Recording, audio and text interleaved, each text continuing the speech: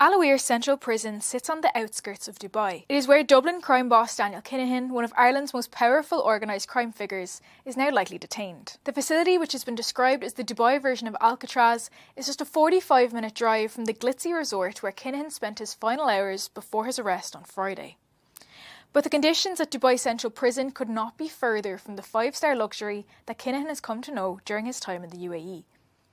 His extradition to Ireland is likely to be fast-tracked by the authorities, meaning he may only spend a brief period in the facility where Kinahan associate Sean McGovern spent time before his own extradition last year. In guidance issued to its own citizens facing detention in the UAE, the British government outlines how prisoners are transported and processed. Inmates are moved with their hands cuffed behind their back, or they are sometimes shackled or chained at the legs, while male prisoners like Kinahan have their heads shaved when they arrive at the facility. They receive a mattress, blanket and pillow upon arrival, but inmates are warned that it could take some time before they receive them.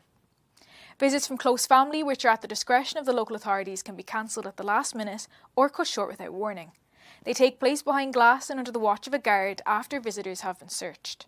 All letters and parcels sent to an inmate are checked by the prison and might be censored, including parts of magazines, books and newspapers. Telephone calls are also subject to strict rules and are at the discretion of the prison authorities. Guidance from the British government warns its citizens that access to telephone calls may be withdrawn for all prisoners on a block in order to punish just one. Several reports into the conditions at the central jail have outlined allegations of physical abuse and threats against prisoners. For more than a decade, Daniel Kinahan appeared to operate beyond the reach of Irish law enforcement, despite being linked by Gardaí to murders, large-scale drug trafficking and money laundering. He will be brought before court in Dubai in the coming days or weeks when a judge will begin the extradition process.